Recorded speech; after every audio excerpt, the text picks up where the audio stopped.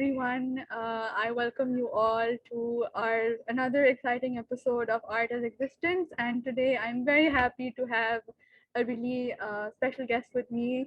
She's Gillian. I'm really happy she came here. And I'm very excited about our discussion today.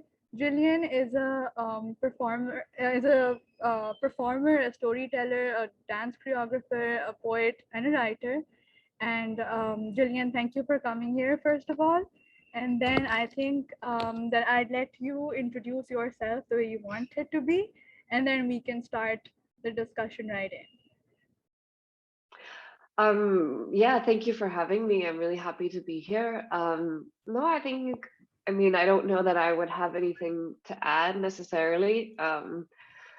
I guess I grew up in the States, and for the last 9 years, I've been living abroad in Cambodia and South Korea and Pakistan. I'm not currently in Pakistan because I'm waiting for a new visa, but otherwise, normally I'm staying in Pakistan these days.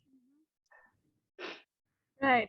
So, Julian, I think we can start talking about, so I think our audience is pretty much familiar by now about, the purpose of our discussion and what we talk about in general.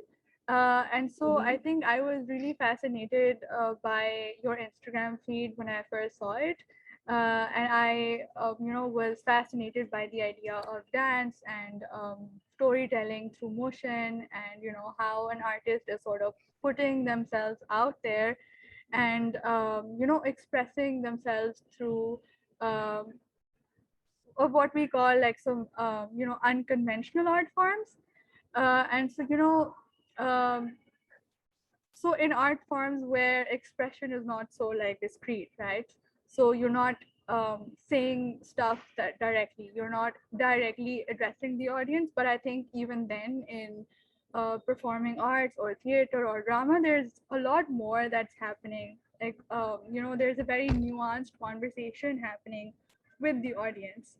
And I just wanted to start off with where you see yourself placing Gillian as a performer and Gillian as a person in the art that you perform, right? So I think the floor is all yours now, and we can start. Yeah, okay. Definitely, you talked about a lot of stuff there that we'll get into. But just to start with this question, uh, this because as I think you've seen on my Instagram that it's Gillian the performer, right? And that's the same on my website and my YouTube. Is that and what I've tried to do actually over the last couple of years is actually separate the performer from Gillian. And I didn't always want to do that. Actually, when I was younger, in my earlier 20s, I had a very different like idea of who I wanted to grow up into, and I had this whole like persona of my future self that I was like planning and working towards. But what happened is I started dancing professionally in South Korea. Like before that, I always kind of had to be the center of attention. I always wanted to be, performing in some ways, whether I was out with friends or anything like this. But once I started like performing professionally in with a company in South Korea, I don't know, for some reason, I thought about that idea that I would be on stage kind of like my whole life. And I was like, wait a minute, that's not exactly what I want to do. So I actually intentionally started separating my performing persona and my private persona. Just I realized that like I don't want my life to be like on the internet. I don't want my life to be public. I don't now like on my Instagram, it's entirely dedicated to my work. And my Facebook and my private Insta, they're literally just for people that I know Yeah. personally and I've met and talked to them. And so like I've just realized that I've tried to like pull my own personal life off stage and then leave the performer to be on stage. And what that does is it gives me a lot more freedom, as because if I have a performing persona, then that persona is much more free to be entirely different from me, right? So I can actually, that persona can be anybody I want. It can be any gender, any age, any type of character, you know, sometimes not even human. And so then I can leave all of my experiments really for the stage, and then keep my life intact. So it's like both a way for me to like hang on to my own life and agency, but also to make sure that I have, you know, that I can keep that freedom on stage to be whoever I want. Of course, I think, you know, it doesn't always work. Obviously people assume that what they see on stage is who you are, but you know, that's fine. I think, Gillian, you've mentioned agency, and I really want to dive into it further. But before that, I think you've mentioned how you keep your performing persona and your private life very like separate, right? But then, do you think that when you write, uh, writing can be something that can be very private to a person, right? So people journal, and then people write stories that they never publish, or they write stories that, I mean, they could write for different kinds of audiences. Do you think that you have something to your some of that art that you want to limit yourself, and then how is that different from the art that is out there for other people to not just experience, but sometimes, as we're living in a capitalist world, it's always out there for consumption, right? So how would you Mm. sort of deal with that? Well, I think there's two different things that to say about that. The first is that like you know, when I write, like I have a journal. I don't write often, but I do. But that's literally just for me. I handwrite it in a notebook, and then that's just for me. I think if there's ever a moment where I'm going to share writing, whether it be a poem or an essay or a short story, if I know I'm going to share it, then obviously I will write it for an audience. So it was interesting over the last couple of years. I've been working on writing my memoir, because I think that I've had some interesting experiences working as an artist and a dancer in Asia for the last 9 years. So I started working on my memoir, and like I realized the first draft, I just wrote down everything, like everything that had happened, all of my ideas and thoughts and all of the things I'd learned. And at the end of the day, it was like 290 pages, which is way too long for a memoir. And it's also like it was completely like disjointed. There was no actual sense to it. So I left it alone for a year, and I've just recently come back to it, and I realized that actually if I'm going to write something for an audience, then I can't say everything. It's like it's again, it's like a performative. A memoir is really a performance. You choose what to include, you know. So it's like there's so much stuff that you have to leave out for the sake of telling the story. So like what I'm doing this time around is just like what's the story, and everything else kind of gets just disappear. I have the draft, the first draft for myself, which like has like the chronicle of everything, but that's not something that is shareable to the public, because it's Right. just too disjointed. And then in terms of just like everything being on the public, like I make a lot of stuff that I just release, for example, on my YouTube, just for the heck of it, that is never particularly going to be monetized. So I think there's a difference between something being out there for public consumption, whether 5 people see it or 5 million people see it. And then there's like monetizing the work. I think those are two separate things. Right. uh, I think this brings me to, the conversation is flowing towards how an artist perceives something. In which case, I was reading your story, The Pirate. and you had talked about how your characters drive you as well as the story, and it's not the other way around.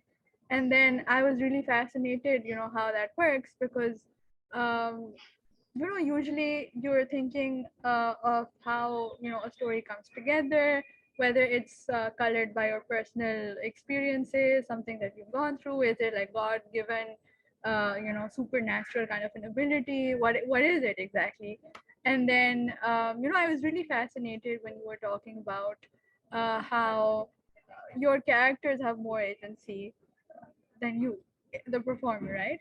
So like, what is your take on how you choose to tell your story uh, to the public? My story, or just the stories that I share?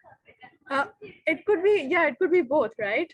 So it could be your story. I mean, some people choose to tell their stories, and as you mentioned, some people choose to keep it completely separate. But then, I mean, you can answer it in, in any way you want to. Yeah. I guess I would say that, like, generally speaking, apart from the memoir, like, I don't usually make stories that are about me. They might have elements of things that I've Mm, gone through, or they might have inspirations, but I don't necessarily write stories about me because I don't think it's very interesting. Like, I live in my own head all the time. mm, So, for me to, like, make stories about myself, it's like, I don't know. I'm more interested in discovering these characters. So, I mean, I think because I see myself as a storyteller, my my service is to the story. So as a storyteller, like, I am in service to the story. It is my duty to bring it to the world in some way. So I think that, so a lot of, I don't know, it might sound weird if you're not a creator, it might sound very strange, but, like, sometimes it's literally just kind of sitting with an idea wherever it comes from, and just following it until you figure out what it is. So, like, in the case of the pirate, I'll just use it as an example. I knew that I wanted to write a sci-fi story, because it's been a while and I like writing sci-fi. And then I knew that there were some elements that, I don't know why I know that. I just knew there were some elements that I wanted to include. Like, mhm. I knew that there was a thing called the pirate. I didn't know what it was. I just knew that there was a thing called the pirate. And then I knew that there were docks involved. And I knew the twist of the story, which I can't say because it's a spoiler. But I kind of Right. knew what the main twist, the plot twist of the story was. And so I just was kind of like batting the ideas around in my head, and maybe it could be this, maybe it could be this. And then, literally just one day, I had this, like, character speaking in my head that said the first line of the story, which is, listen, I need to tell you about the night I met the pirate.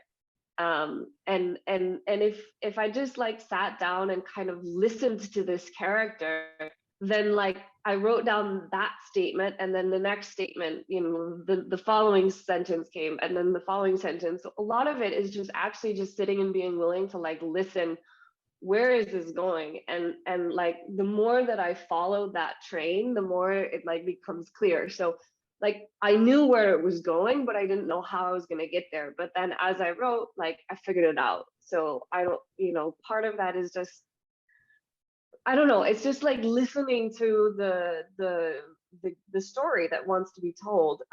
And so what was interesting about the pirate is that, like, within, like, a page or two, so the written text is 13 pages, and Mhm. within a page or two, I was just like, I think I need to record this, because this is not a person writing, this is a person speaking, and it's probably a video diary of some sort. Like, Right. it's probably somebody who's trying to leave a record of what's going on. Like, that's the way it sounded to me.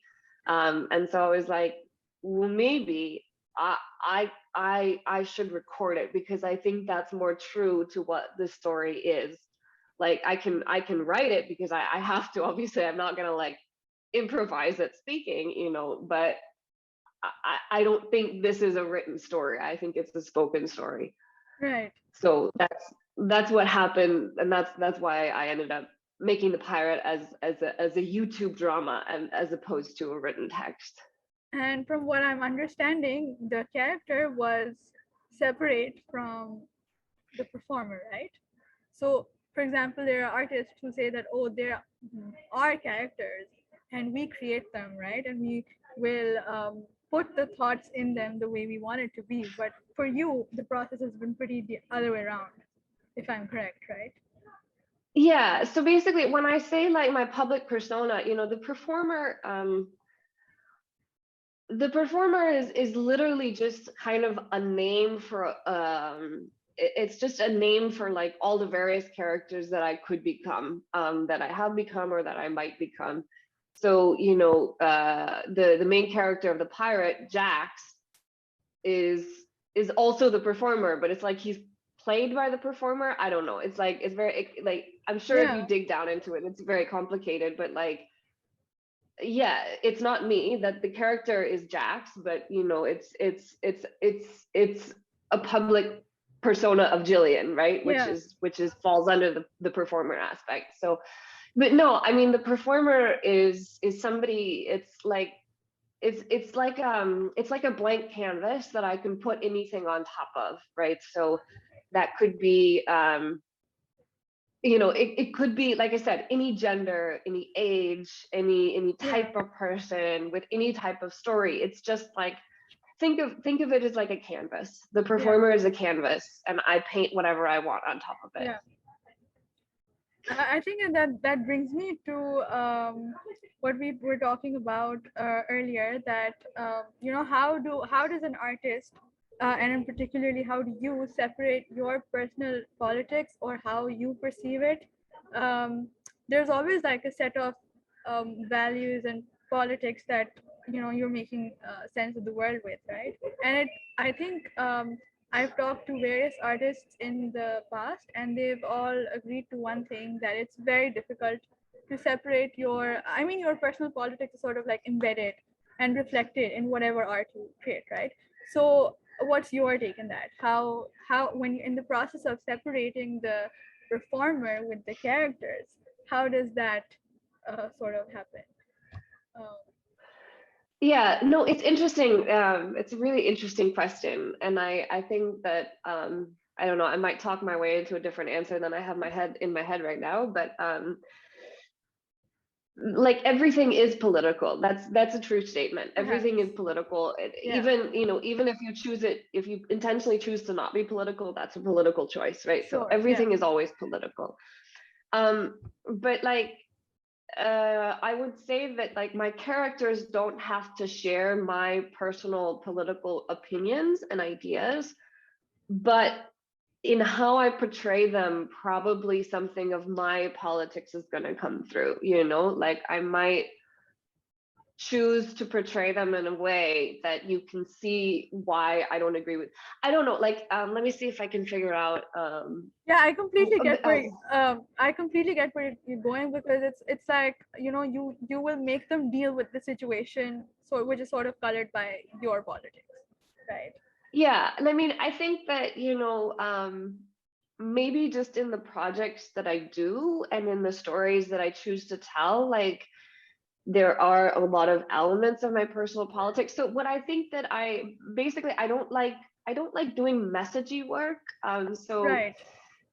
Um, and it could be messages about anything. It could be, social justice Sure. messages. It could be any of that. Like, one of like I do a lot of science art crossovers, because I'm Sure. really interested in the science, and a lot, some science art pieces are so interested in communicating the science that it's like not fun to watch as a piece of art, right? And so, and again, like for example, if you have a piece about a politics or something, often if it's too obvious, people are going to shut down because they're like, this is a political message. So I Mhm. think that something that I really like to play with in my work is complexity, and Yeah. to investigate lots of different potential ways of reading something and understanding something. Like I'm thinking right now of like All This Useless Beauty,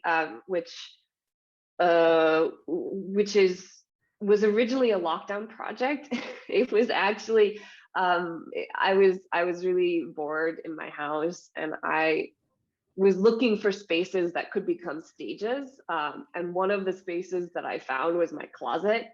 And somehow I ended up with a salt lamp, and I have like these fairy lights, which I realized when you wrap them, like I wanted to just wrap them around myself and have that effect of being wrapped in lights.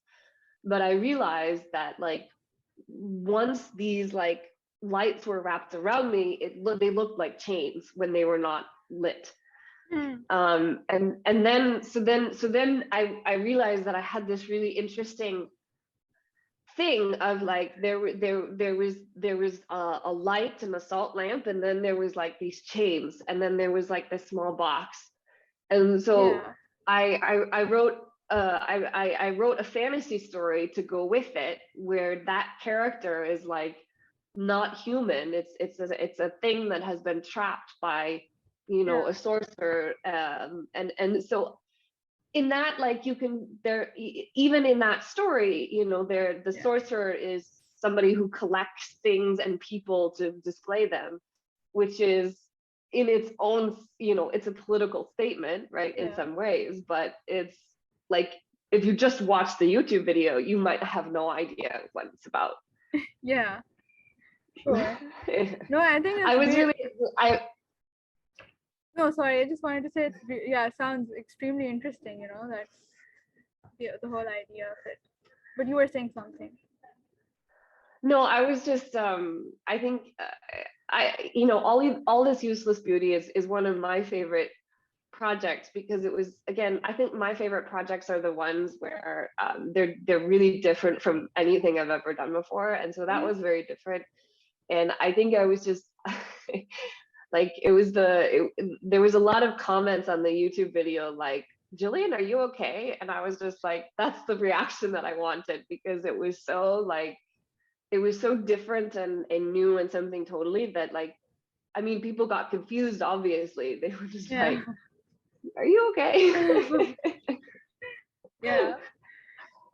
I think one thing that now is fascinating me is the kind of elements that you use in motion storytelling, and how you sort of use the technicalities, and especially when it's video diary sort of a thing.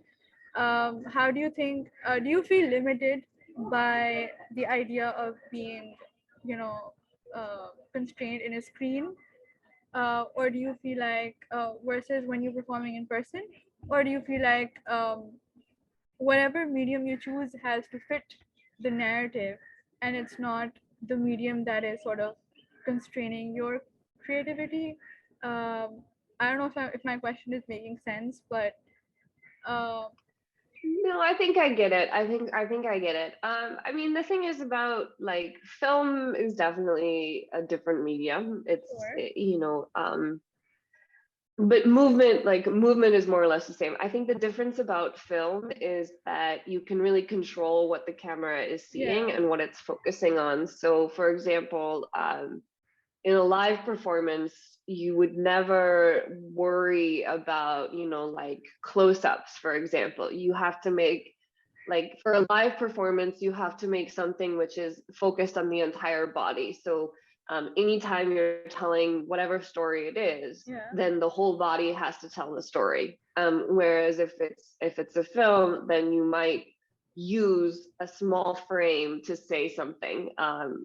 Like, there was a video I made really early on in the lockdown, which focused a lot on my hands. Like, it was somebody sitting at a table, um, and you could see their hands, like,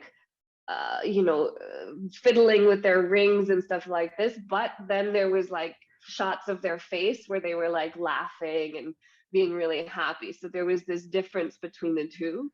And then at the end, you realize that they're sitting at a table by themselves. There's nobody else there. So that was kind of like it's just, so I used the frame intentionally that like throughout the whole video, you know, it's set up so that you think there's someone else on the other side of the table, but at the end with the wide shot you realize that this person is sitting by themselves. So that's a thing that it's like an extra storytelling element that I can use if that's the medium. So I think Yeah. mostly, I just, a lot of it depends on opportunity. Like if I know it's a live performance, I'll probably structure a story in a different way. If I know it's a video, then I'll structure it a certain way. Yeah. Sometimes, as in the case with like All This Useless Beauty and The Pirate, like I get confused and it starts as a video and ends as a story, or it starts as a story and it ends as a video. But like, you know, I think it's mostly just being, you know, not stuck on a particular medium and just staying like, well, let's see what the story, how does the story want to be told? Sure. Yeah. I think there's one part of how you want your story to be told, but do you ever like use any kind of specific elements or mediums that you think would assist or aid the audience in understanding your message better? I mean, what is the end goal out of there?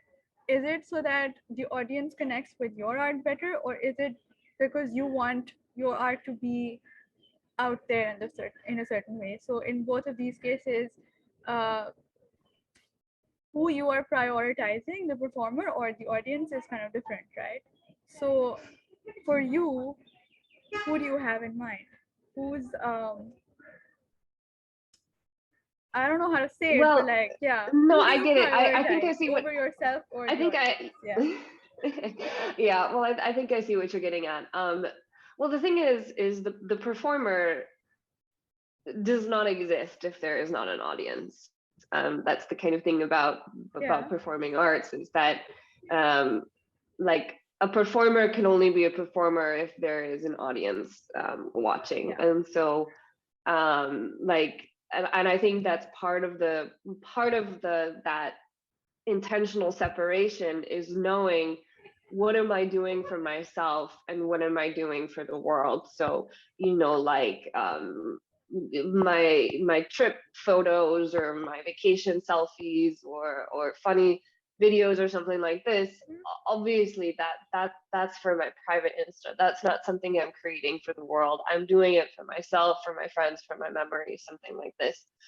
But if it's something that is going out, whether or not it's being monetized, it's then it's for an audience. And there's like, for me, if you know, it's whatever medium I use, like this kind of traces into it. But like as a performer, if the audience is not connecting with what you're doing, there's not a lot of point to it, because I really don't like watching dance that I can't connect to. Like I get really bored, and so because I get really bored watching dance that's just like for its beauty, for its architecture, for, you know, the to show the prowess of the dancers, I can watch that for about 5 minutes and then I'm really done. So I think that I keep that in mind when I'm creating, that I want the audience to understand it on enough of a level that they feel connected to it in some ways. So you know, there's a lot of ways to do that, but that's always kind of in the mind. It's like, am I communicating this in the right way? So for example, after I wrote The Pirate, I asked, you know, I asked some friends to read it and then tell me what doesn't make sense, right? Because for me, I mean, it makes sense in my brain, but I know that like as a person outside, so, you know, like some of the main kind of like some of the main things about the world that I had envisioned, like, you know, the fact that the space junk problem is so bad that you can't see the stars. So not everybody, not all of my beta readers, you know, understood that. So it's like, okay. And then like not all of them understood the main twist. And they were just like, I don't get why that happened.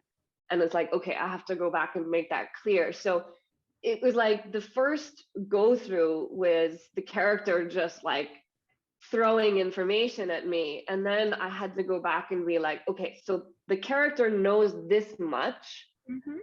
and so he can only say this much, but the audience needs a little bit of help to be able to understand what he's talking about. So how can I, as the creator, I need to add in a little bit of information that he can also know, but that helps the audience, understand what's going on. Right. So I think, how do you like design your costumes and lighting in a way that also like expresses your creativity and your creative freedom, your liberties, but also like sort of help the audience signpost through your performance? So I guess again, that depends on the story. Generally speaking, I'm really, really awful at costumes. I'm not good at coming up with costumes. So I usually kind of just have a costume that gives you a sense of who the character is, and that's about it. So like, all this useless beauty is kind of a non-human character made of light, and so I just wore white. And I did some different makeup, and like the pirate, this guy is a little bit, like he's not particularly well, he's not particularly like all there, and so and he's probably like not very well dressed. So I added some extra makeup, just to make me look more masculine, first of all, but also to add some extra circles under my eyes, and then I just wore like a big hoodie, right? So it's just like a few signposts, like nothing particularly intricate because I don't know how to do that, but just really like, if I want to do like a very stereotypically feminine character, I'll wear my red dress. Or if I want to like do a stereotypically masculine character, I'll wear my black, suit jacket, right? So it's just Yeah. like I have a few like statement things that just on first sight tell you what is the type of character you're looking at. And then like lights, I do experiment with lights a lot because I think there's a lot you can do. It just tells the audience where to look, and helps them. It just adds a different mood. Music does the same thing. So like it just helps you get into the right mood. So a low light, a spotlight, a light coming from behind, like I've started to sort of understand, the different moods that it brings. So it's again, like all of these different elements, whatever I'm using, it's just like, how is this helping me tell the story? Hmm. And that's basically it. Yeah. Yeah. I think, Gillian, that's really that's really exciting because I just want to check out all your work now, even whatever that's not out yet. But I think you could tell our audience as well where they can see your work. And yeah, I think when this session gets put up, I will make sure that the links are also given so that the audience can enjoy some of your work. I think that's pretty much it from my side, and I really enjoyed this conversation. I would want to. I'm really grateful you took out the time, and I think if you have any concluding remarks, if you have any comments, just feel free to like speak up. Yeah. Well, thank you so much for having me. It's been really interesting, and your questions are really interesting. They help me think a lot, and talk a little bit more. Yeah. So if you want to find my work, Hmm. you can. I guess basically the main hub for all of my links and my articles and everything is my website. That's gillianrhodes.com. But I'm also on Instagram as Gillian the Performer, Facebook Gillian the Performer. I'm on Twitter as Gillian Performs, and YouTube Gillian Rhodes the Performer, I think. But if you Google, if you search on YouTube Gillian the Yeah. Performer, you'll find me. Yeah. Sure. Thank you so much again, Gillian. It was lovely talking to you.